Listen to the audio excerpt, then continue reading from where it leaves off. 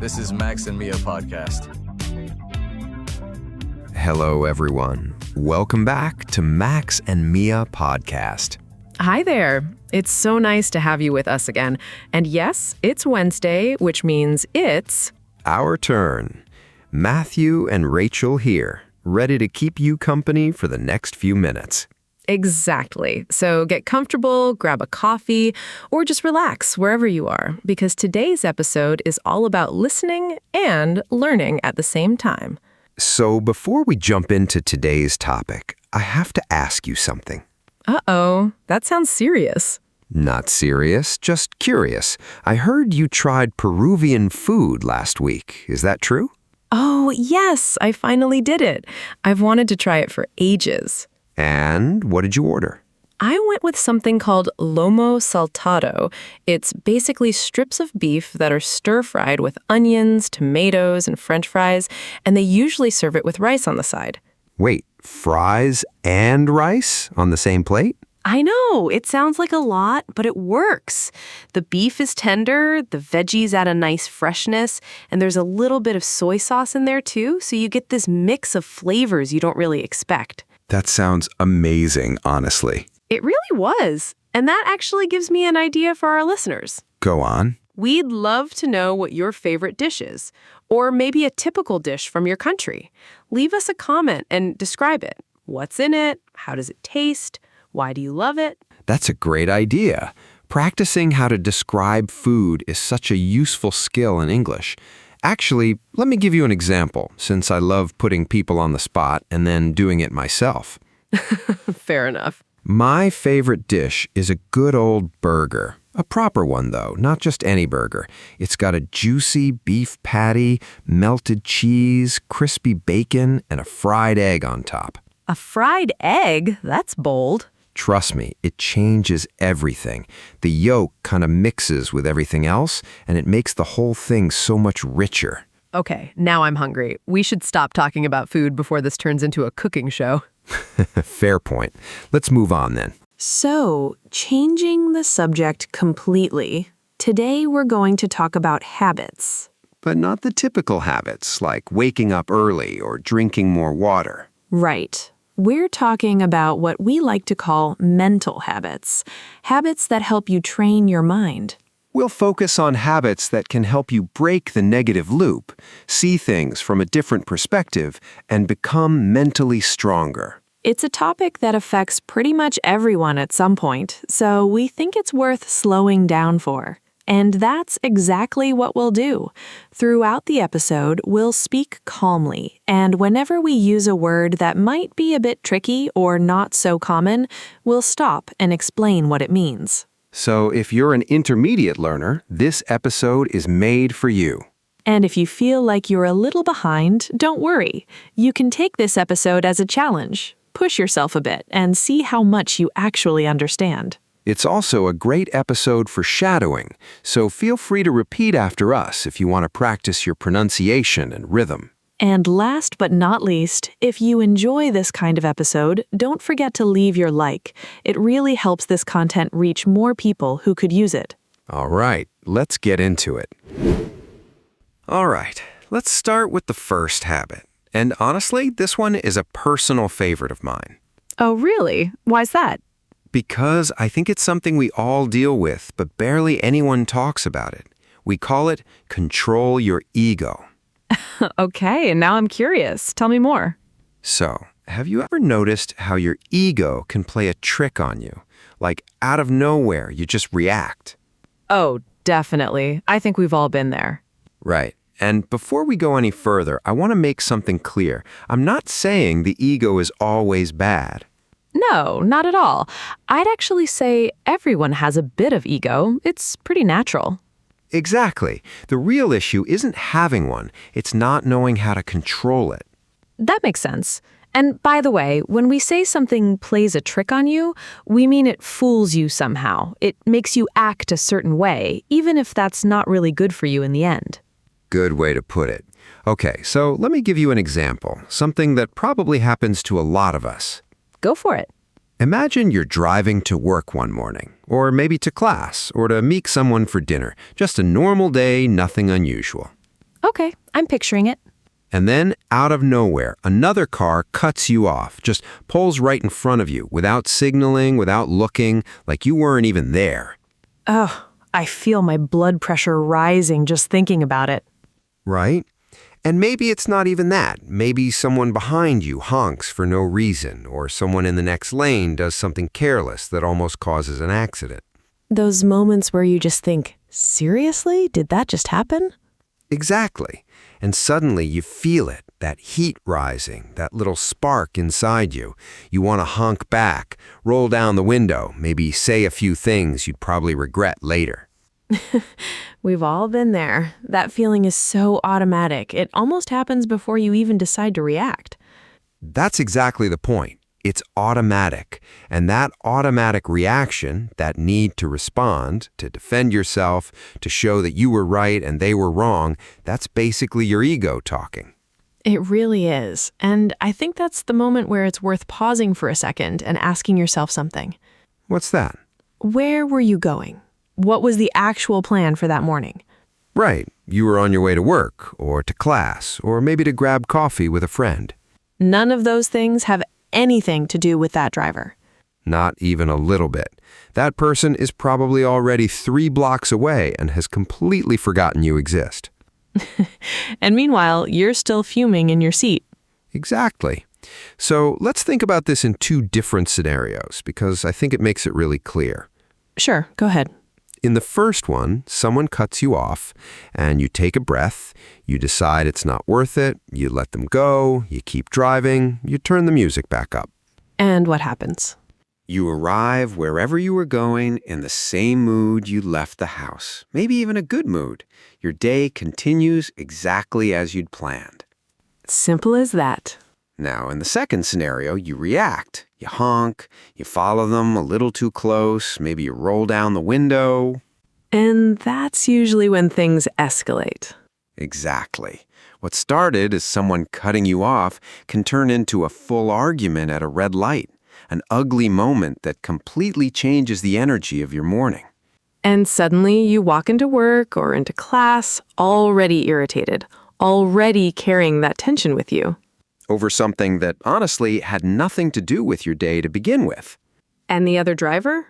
Probably fine. Probably already parked and walking into their office. While you're still replaying the whole thing in your head.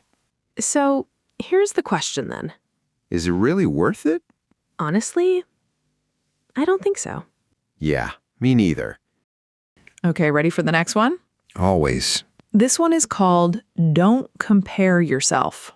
And honestly, I think it's more relevant today than it's ever been. Why do you say that? Because of the way we're raised these days, especially with social media around. We're constantly shown lives that look perfect. Oh, I know exactly what you mean. Big houses, fancy cars, trips to places you've never even heard of. Exactly. And little by little, we start believing that's normal, that everyone out there is living that way. But that's just not true, is it? Not even close. Let me give you a couple of numbers that might surprise you. Go ahead. Around 80% of people in the world have never even been on a plane, not once in their entire life. Wait, 80%? That's huge. It really is. And when it comes to international trips specifically, only about 2 to 4% of the world's population travels abroad in any given year.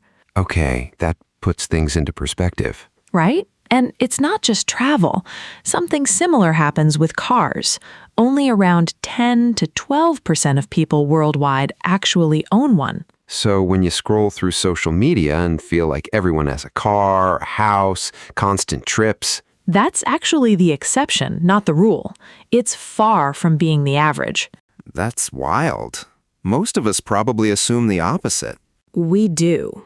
And look, with all of this, we're not telling you to stop dreaming or to stop working toward that trip, that house, whatever it is you want.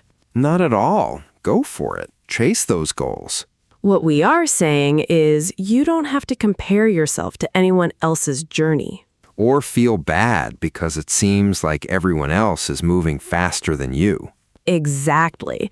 That feeling like you're falling behind is usually based on something that isn't even real to begin with. Quick note here, falling behind basically means feeling like you're progressing slower than everyone else around you. Good one. And once you understand that what you see online isn't the full picture, it gets a lot easier to just focus on your own pace. Yeah, your path doesn't need to look like anyone else's. All right, on to the next one. Let's hear it. This habit is about something we do without even noticing. We label ourselves. We say things like, I'm just not good with numbers, or I'm not a creative person. Oh, I do that all the time. I'm terrible with directions. I say that constantly. Right, and it sounds harmless, but think about what that sentence is actually doing. What do you mean? Well, once you say, I'm terrible with directions, your brain kind of accepts that as a fact. So the next time you get lost, you don't think, okay, I made a mistake. You think, of course, that's just who I am. Huh. I never thought about it that way. And that's the difference between what psychologists call a fixed mindset and a growth mindset. Can you explain those a bit more? Sure. A fixed mindset is when you believe your abilities are basically set in stone. You're either good at something or you're not. End of story. And a growth mindset? A growth mindset is the opposite. It's believing that you can actually improve at almost anything as long as you put in the effort and practice. So instead of saying, I'm terrible with directions, You could say, I haven't practiced reading directions much. Small change, but it opens the door to actually getting better. that's such a small shift in words, but it changes everything. Exactly. And the tricky part is, once you define yourself a certain way, you start limiting yourself without even realizing it. It becomes an excuse, almost. It really does. Like, I'm not a morning person, so you never even try to wake up earlier. Or I'm bad at public speaking, so you avoid every opportunity that could help you get better at it.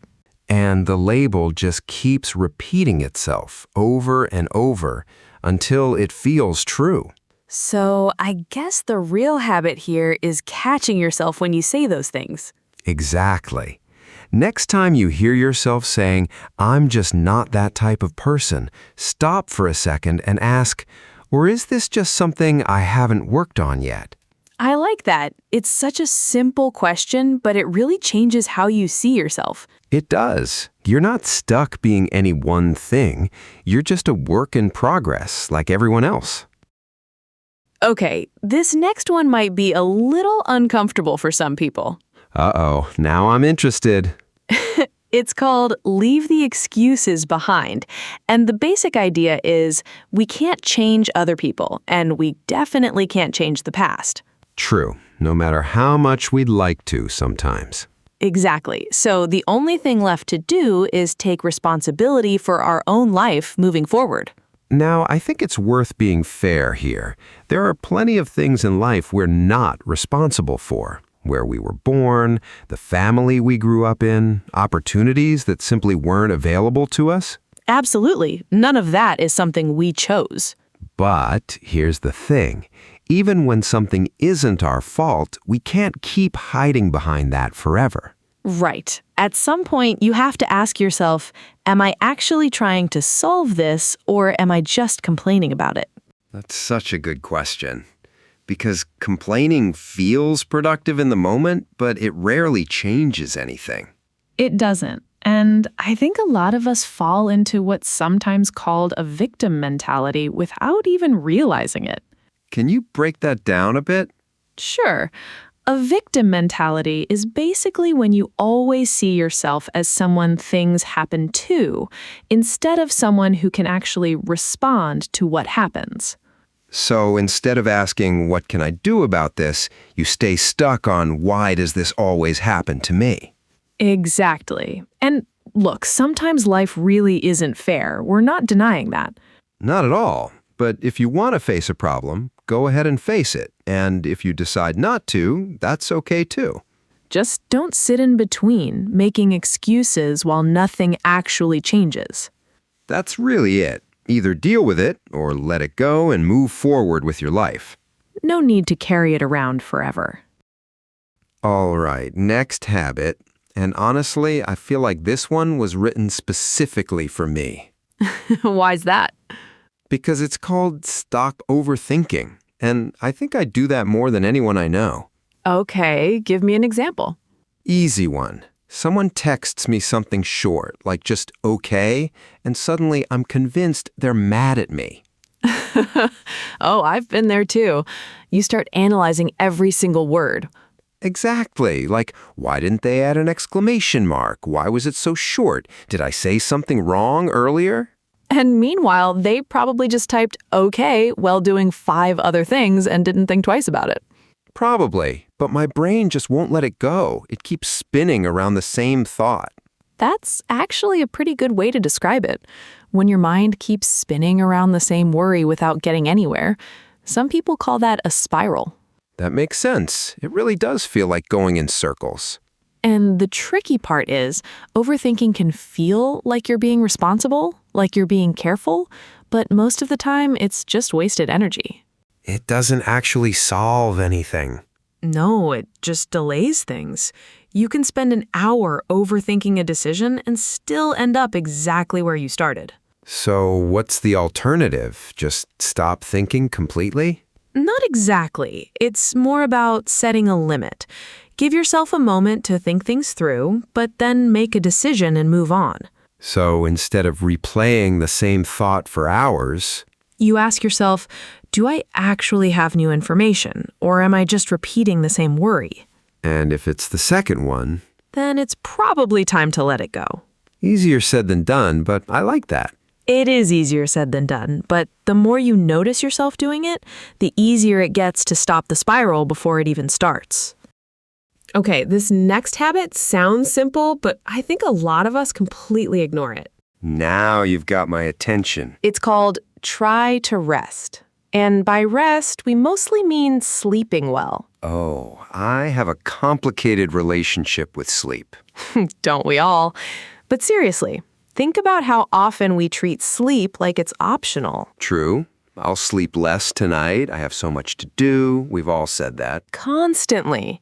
And then we wonder why we feel irritated or why every little thing suddenly seems like a huge problem. That's actually so true.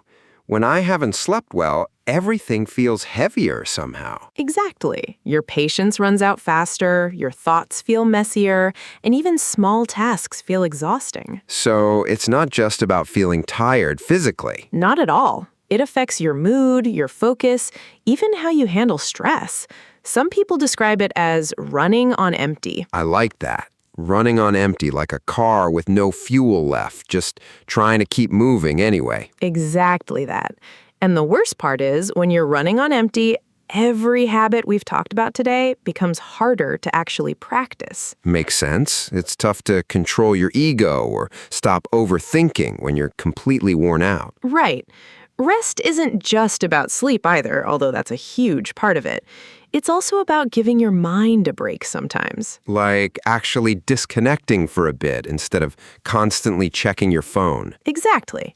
Even just sitting quietly for a few minutes can make a difference. So I guess the takeaway here is taking care of your mind also means taking care of your body. It really does. The two are way more connected than we usually give them credit for. All right, this next one is a bit personal for me, so bear with me. Oh, now I'm intrigued. Go ahead. It's called Don't Criticize Others. And I have to admit, this is something I've struggled with for a long time. In what way? Honestly, I used to be the type of person who'd notice every little thing someone did wrong. Someone parks badly, I have an opinion. Someone wears something a little odd, I have an opinion about that too. I think we all know someone like that. Right? But here's what I eventually realized. Most of the time, that kind of criticism has nothing to do with the other person at all. What do you mean? I mean, it usually says more about us than it does about them. If something bothers you that much in someone else, it's worth asking yourself why. That's interesting. Like, what's actually going on with you, not them. Exactly. A lot of the time, we criticize in others the exact things we're insecure about in ourselves, even if we don't realize it. Psychologists actually have a word for that: projecting. Can you explain that one a bit? Sure. Projecting basically means taking something you feel about yourself, maybe insecurity or frustration, and placing it onto someone else instead. So instead of dealing with your own stuff, you focus on theirs. Huh. That actually makes a lot of sense. I never thought about criticism that way. Neither did I for a long time. I just thought I had high standards. That's what we all tell ourselves, right? Exactly. But there's also another side to this. Even when the criticism is fair, even when someone really did make a mistake, constantly pointing it out doesn't really help anyone. True. It just makes the other person defensive, and honestly, it doesn't make you feel any better either. Not really, no. There's actually a difference between noticing something and criticizing it. How so? Noticing is just observing, without judgment. You can see that someone made a mistake without needing to comment on it or feel the need to point it out. And criticizing adds that extra layer, the judgment part. Exactly. It's the difference between thinking, oh, that's not how I'd do it, and actually saying it out loud with a tone that makes the other person feel small. That's such a useful distinction. So I guess the habit here isn't necessarily about never noticing flaws in others. Not at all. That's pretty much impossible. It's more about choosing not to constantly voice every single one. And maybe redirecting that energy somewhere else. Like you said, asking yourself what it says about you instead of focusing only on them. Exactly. Once I started doing that, I noticed I felt a lot calmer overall, less annoyed by little things that honestly never really mattered that much. I can imagine. Constantly judging people must be exhausting. It really is. It's like carrying extra weight for no reason. Letting that go just makes everything feel lighter. Okay, this next one is something I had to learn the hard way. Oh, this sounds like a story. It kind of is. So a while back, I had a friend who canceled plans on me last minute. More than once. Okay. And every single time, my brain went straight to, she doesn't actually want to hang out with me, or maybe I did something wrong. That's such a normal reaction, though. Right? But it turned out she was dealing with a lot at home, things that had absolutely nothing to do with me. She just didn't have the energy to explain it every time. Wow, so all that worrying was for nothing? Completely for nothing. And that's exactly what this habit is about, not taking things personally. Can you break that phrase down a bit for anyone who's not familiar with it? Sure. When we say someone takes things personally, it means they assume something is specifically about them, usually in a negative way, even when it isn't. So, like someone's quiet at work and you immediately think, did I do something to upset them? Exactly that. When, honestly, that person might just be tired, stressed about something else entirely, or having a rough day that has nothing to do with you. I've definitely done that before. Assumed a coworker was annoyed with me when really he just had an argument with his brother that morning. See, that's the thing. Most people are walking around dealing with their own stuff. Their mood, their reactions, their comments, those usually say a lot more about what's going on inside them than anything about you. That's a really good way to put it. And once you really understand that, it takes so much pressure off. You stop carrying weight that was never yours to begin with. It's almost freeing in a way. It really is. Of course, that doesn't mean ignoring everything or pretending nothing ever has to do with you. Sometimes it does, and that's worth reflecting on too. Right. It's more about not assuming the worst by default. Exactly. Ask first, assume less. That alone saves you a lot of unnecessary stress. All right, last one for today, and this one's pretty straightforward. Try to exercise daily. Oh, I love this one, even though I'm not always great at actually doing it. Same here, honestly, but every single time I move my body, even just a little, I notice a difference afterward. Same. It doesn't even have to be a full workout, right? Sometimes just a walk outside does the job. Exactly. People often think exercise means going to the gym for an hour, lifting heavy weights, sweating like crazy. And if that's your thing, great. But it can also just mean stretching for 10 minutes or taking the stairs instead of the elevator. Right. The goal isn't perfection, it's consistency. And there's something else worth mentioning here. Moving your body actually helps your mind, too. It's not just about how you look. Definitely. After a good walk or even some light exercise, my head just feels clearer, like the noise quiets down a bit. Same for me. It's almost like your body needs to release some of that built-up tension, and once it does, everything else feels more manageable. So I guess this last habit ties back to pretty much everything else we talked about today. It really does. Controlling your ego, not overthinking, resting well, all of that gets a lot easier when your body feels good too. Mind and body working together. Exactly that. You know, before we wrap up, I want to say something. Go for it. All 9 of these habits, controlling your ego, not comparing yourself, dropping the labels, leaving excuses behind, stopping the spiral, resting, not criticizing, not taking things personally, moving your body, none of them are complicated ideas. No, they really aren't. But simple doesn't mean easy. The hard part isn't understanding them. The hard part is actually choosing them every single day, even when you're tired, even when you're frustrated, even when it feels like nobody else around you is doing the same. And that's exactly what separates the people who talk about changing from the people who actually do it. Not talent, not luck, just consistency and the decision to keep going even when it's uncomfortable. So if you take one thing from today, let it be this. Your mind is something you can train, just like a muscle. And every time you practice one of these habits, even imperfectly, you're building something. Something that compounds over time. Exactly. So be patient with yourself, but don't be too comfortable either. Yeah, don't get too cozy. Growth lives just outside of comfortable. All right, that's it for today. And honestly, if you made it this far, thank you. Really.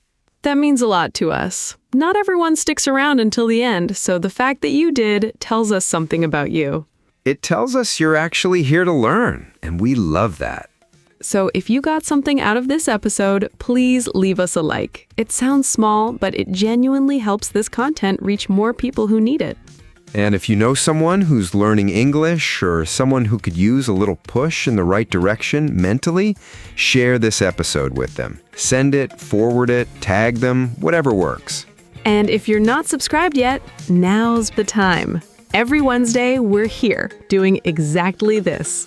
Same time, same place. Keep learning, keep showing up. And remember, every episode you finish in English is proof that you're further along than you think.